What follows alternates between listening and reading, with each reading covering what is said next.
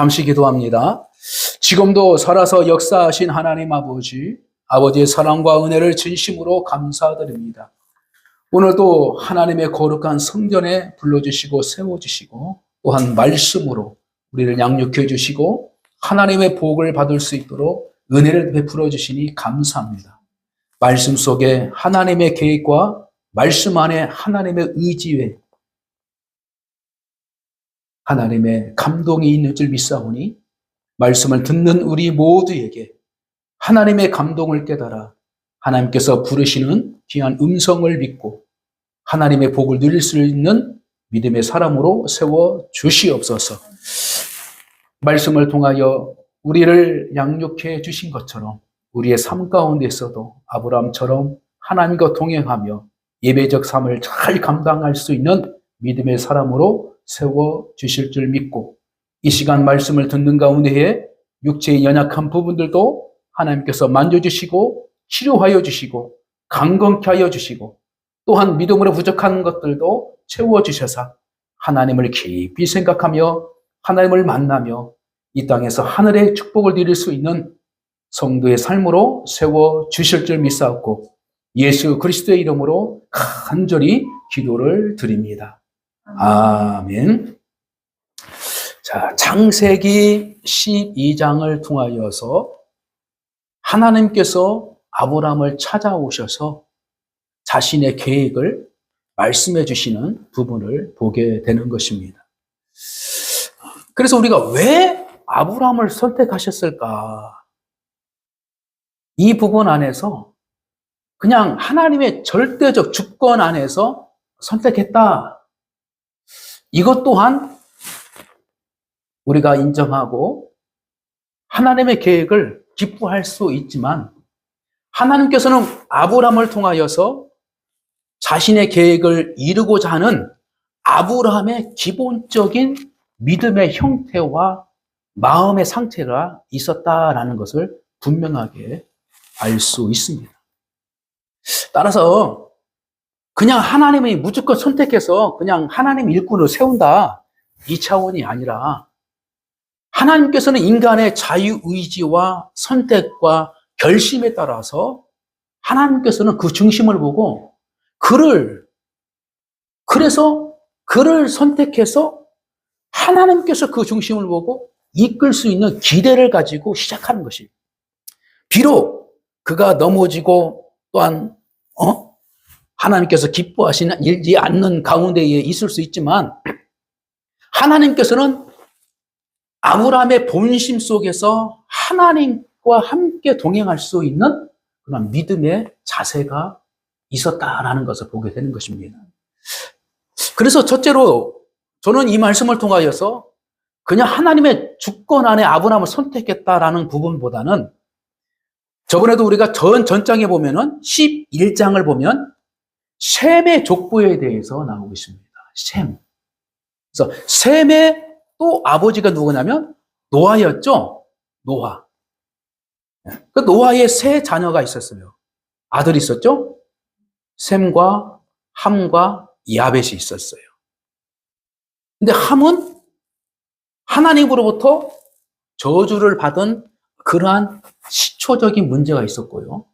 근데 알고 보면 가나안 땅에 함의 자손들이 살고 있었습니다. 근데 하나님께서 말씀하신 대로 함의 자손을 이끌어서 야벳과 셈의 종이 되도록 그렇게 하나님께서 계획을 짠 거예요. 그래서 아브라함은 셈의 후손으로부터 그의 삶을 꾸준하게 살아왔는데 그 본심에 뭐예요? 여호와 하나님에 대한 신앙이 있었다는 거예요. 신앙이. 뭐 투철하게 표현된 것은 아니지만 오늘 보니까 여호와께 제단을 쌓고 이렇게 말하고 있습니다. 제단을 쌓는 거예요.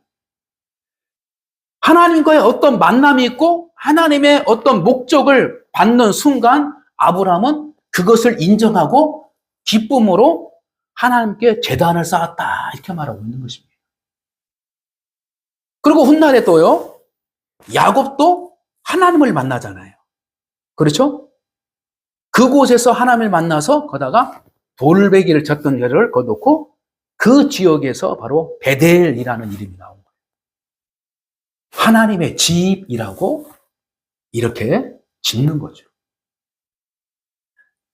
믿음의 사람들은 겉으로는 나타난 것 같지 않는 그 상황 가운데에 아무도 없는 믿음의 사람들이 없는 것 가운데 생활하고 있지만 결정적으로 하나님의 음성을 들으면은 믿음의 반응이 생긴다는 거예요. 왜? 하나님의 힘이 있고 하나님의 전능함이 있고 하나님의 그 살아계신 능력이 있기 때문에 믿음으로 고백하는 변화가 생기는 거예요. 그리고 신약으로 넘어가면은 예수 그리스도가 제자를 선택하고 부르실 때에 제자들도 그냥 그 부르심에 따라서 자기가 어부로 삼았던 배 놓아버리고 어부의 직을 버리고 예수를 따라요. 그러니까 하나님을 만난 자들에게는 이미 그 만남의 조건적이 갖춰지는데 암암내에 하나님에 대한 신망을 가지고 있는 것입니다. 그래서 여러분들도 잘 생각해 보세요. 내가 구원을 받고 교회로 나올 수 있는 요지는 뭐냐면 어느 날 갑자기 목 딱 잡고 하나님이 교회 가라 이게 아니에요. 어느 점진적인 사건과 어떤 여러 가지 관계들 중에서 내 마음속에서 하나님에 대한 존재를 믿어지고 있는 거예요. 근데 그 실체의 부분은 모르지만 그냥 내 마음에 하나님의 존재와 그것이 인정하고 있는 거예요. 그래서 그 인정함에 있어서 어느 날 갑자기 야, 이제는 안 되겠다. 하나님을 찾아야지. 이제는 안 되겠다. 하나님을 찾아야지. 그리고 누군가가 소개를 통해서 야, 하나님 믿어봐. 예수님 믿어봐. 그래서 그 무언의 알 수 없는 환경과 사건들이 하나씩 마치 이슬비가 싹 때리면 처음에는 잘 못 느끼잖아요. 그렇죠? 그러나 시간이 가면 갈수록 옷깃에 빗물이 쌓이고 있는 거죠. 그리고 겨울에 특히 새벽에 일찍 나오다 보면요. 이 안개가 있잖아요. 안개가. 이 안개 자체도 수증기잖아요. 그렇죠? 그러면 그 오랜 기간에 한 10분, 15분 정도 걸어서 이제 새벽기도 가는 경우도 있고, 그러죠. 저 어릴 때도 그러고. 그러면은 그 15분, 20분 걸어가면서 어머니도 성령 읽고 걸어가면요. 교회 가서 딱 들어오면 여기가 어디요? 머리에 이슬이 맺혀 있어요. 이슬이. 전혀 걸어가는데 불편함이 없지만 자기도 모르게 이슬이 맺혀 있는 것 같아요. 그리고 우리가 어릴 때에 학교에 등교하다 보면 가을에 지금 코스모스 많이 키잖아요. 코스모스. 그러면 아침에 일부러 일찍 가요. 그럼 왜 가냐? 그럼 코스모스 그 꽃잎 밑에 이 잠자리들이, 꽃잠자리들이 이 이슬에, 밤 이슬 받아가지고 이 날개가 다 젖어 있어요. 그렇잖아요. 젖어가지고 못 날아가. 그거 담는 재미로 일찍 가는 거예요. 이슬에 젖혀서 이 고추 잠자리가 못 날라고 가만히 있어요. 그럼 이제 아침 해가 싹 쏟아 뜨면서 뜨면서 그러면 그것이 이슬에 싹 말라요. 이렇게. 타타타타 말르면 그냥 날아다니는 거예요. 낮에. 그러다가 밤에 되면 얘들도 자는데 자고 있나면 자기도 모르게 이슬에 딱 젖혀 있는 거예요. 근데 새벽 일찍 가면 잡히는 거예요. 딱. 하나님의 은혜가 내 의식 속에서 없지만 어느 순간에 은혜의 무게를, 은혜의 느낌을 받아들이기 시작하는 거예요. 이것이 바로 하나님으로부터 은혜 받은 자다. 할렐루야? 그래서 아브라함은 자기 조상이 셈이었고 자기 아버지가 데라였어요. 그래서 이 시대 가운데에 비록 투출나게 믿음의 삶이 없는 것처럼 보이는 그 역사지만 아브라함만큼은 하나님에 대한 신망을 가지고 있었다.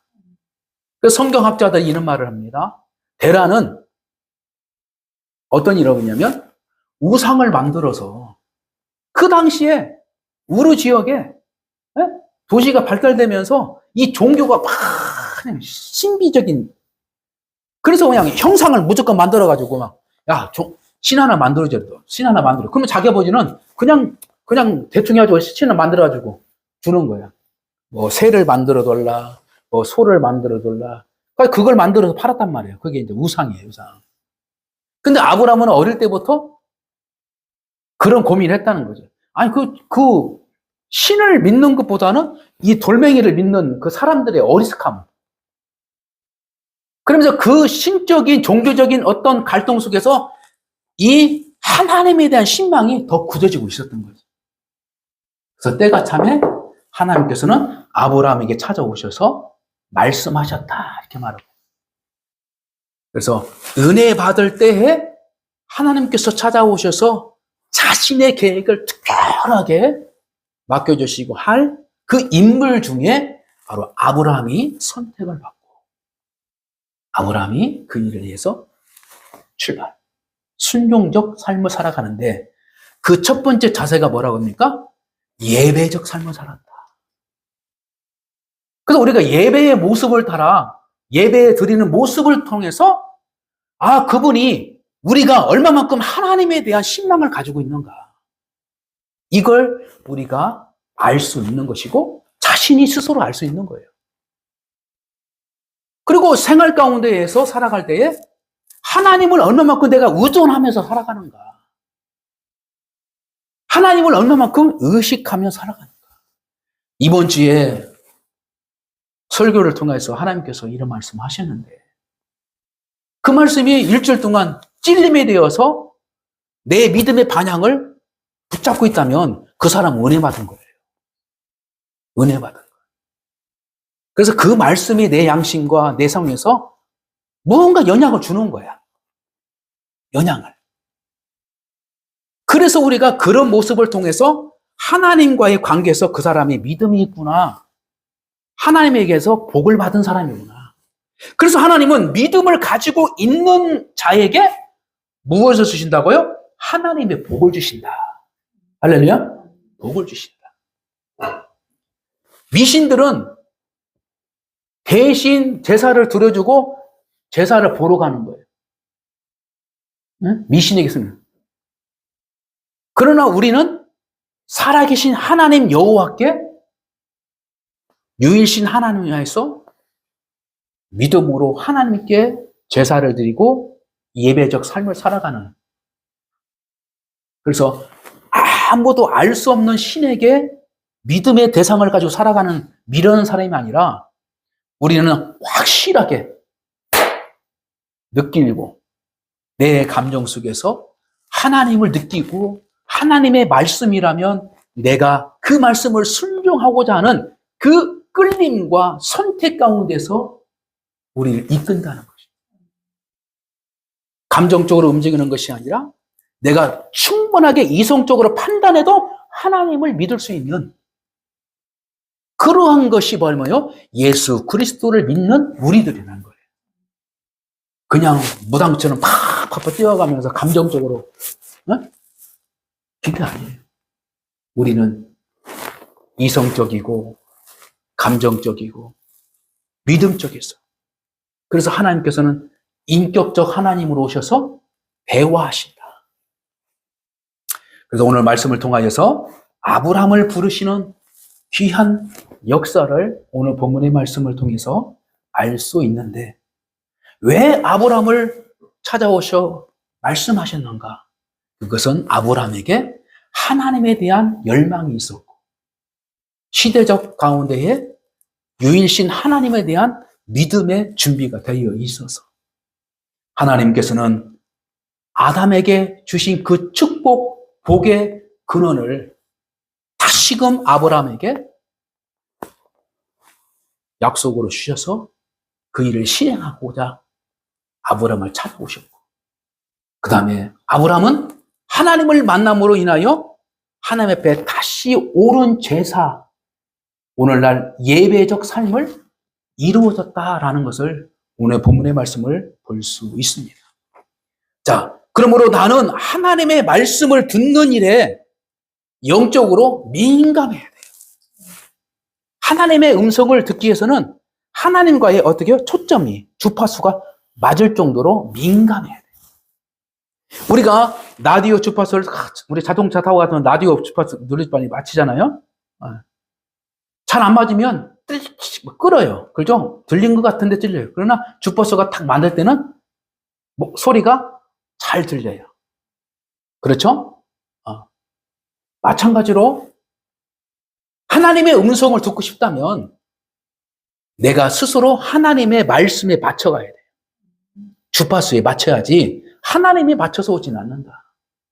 그래서 우리가 현실적으로 어렵고 막막한 소망이 없는 것 같은 땅 가운데서도 무엇이 준비해야 되냐? 하나님에 대한 믿음이 준비되어 있어요. 그래야만이 가능성 있는 삶의 변화가 시작된다. 할렐루야? 그래서 우리가 중요하게 여기는 것은 말씀하시는 하나님이 오늘 본문의 말씀에서 분명하게 말씀하고 있습니다. 1절 말씀 보면은 여호와께서 아브라함에게 이르시되 너는 너의 고향과 친척과 아버지의 집을 떠나 내가 내게 보여줄 땅으로 가라. 아멘. 하나님께서는 자신의 계획과 목적을 위해서 때가 찼다는 것을 알고 아브라함을 찾아오셔서 말씀하셨다. 우리에게도 하나님의 귀한 역사를 위하여 찾을 때가 있고 그리고 우리에게 설득하실 하나님의 말씀이 있는 줄 믿습니다. 그것은 어느 때냐? 하나님의 음성을 들을 수 있는 환경이 갖춰질 때. 첫째는 뭐요? 예배가 총체적으로 잘 이루어질 때 그런 것입니다. 왜 그럴까요? 예배는 찬양하는 가운데 있죠. 예배는 기도할 때가 있죠. 예배는 내가 준비된 예물을 통해서 하나님께 감사할 때가 있죠. 그 다음에 설교를 통하여서 하나님께서 어떻게 우리에게 말씀하고 있는가라는 부분을 함축적으로 나타난 것이 바로 예배예요. 예배. 그래서 예배가 가장 하나님의 말씀을 지을 수 있는 좋은 환경이에요. 그래서 우리가 예배를 왜 오냐? 하나님의 말씀을 듣기 위해서. 할렐루야? 하나님의 말씀을 듣기 위해서. 그래서 이 시간도 하나님의 음성을 듣고 여러분의 마음에 복을 차단해서 이 복을 하나님께서 어떻게 이루어 가실 것인가? 라는 부분을 하나님께 묻고 잘 실천해 갈 수 있는 성도의 삶이 되시기를 저는 축복합니다. 말씀을 다시 한번 정리합니다. 믿음을 통하여서 하나님의 복을 받을 수 있는 거예요. 할렐루야. 믿음을 통하여 우리가 구원을 받을 수 있는 것처럼 믿음을 통하여서 하나님은 자신의 복을 주신다. 그러므로 우리는 믿음을 준비해야 돼요.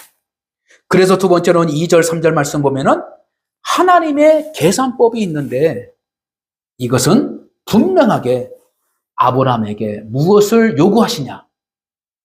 바로 순종의 계산법이 있다는 걸 믿으시기 바랍니다.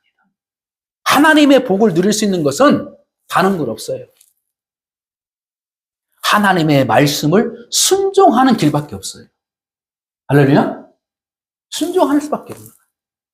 그래야만이 하나님의 복을 누릴 수 있어요.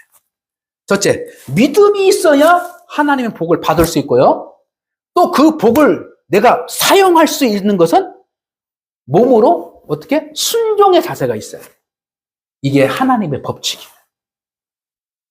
그러므로 우리는 아브라함의 순종의 모습을 따라 순종하기 위해서 무엇을 준비하느냐? 예배적 삶을 잘 살아야 된다. 할렐루야? 8절 말씀 보니까 같이 있습니다. 시작. 거기서 베델 동쪽 산으로 옮겨 장막을 치니 서쪽은 베델이요 동쪽은 아이라. 그가 그곳에서 여호와께 제단을 쌓고 여호와의 이름을 부르더니 9절 점점 남방으로 옮겨 갔더라. 아멘. 복받은 자가 확장되어 나가는 모습을 볼 수 있는 것이. 그 조건은 뭐냐? 순종의 조건은 바로 예배다. 그리고 세상 가운데서는 예배적 삶을 요구하신다.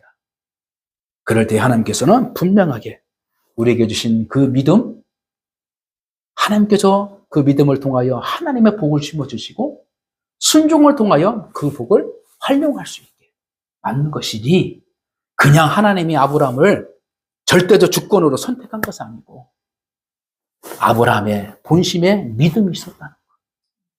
아브라함의 본심에 순종적 삶이 있었다는 것. 아브라함의 삶에 예배적 삶이 하나님께서 인정받았다는 것. 이 세 가지를 우리 성도님께서도 저도 마찬가지고요. 세 가지를 잘 이렇게 적용하셔서 하나님의 축복을 드릴 수 있는 복된 성도가 되시기를 주님의 이름으로 간절히 축복합니다.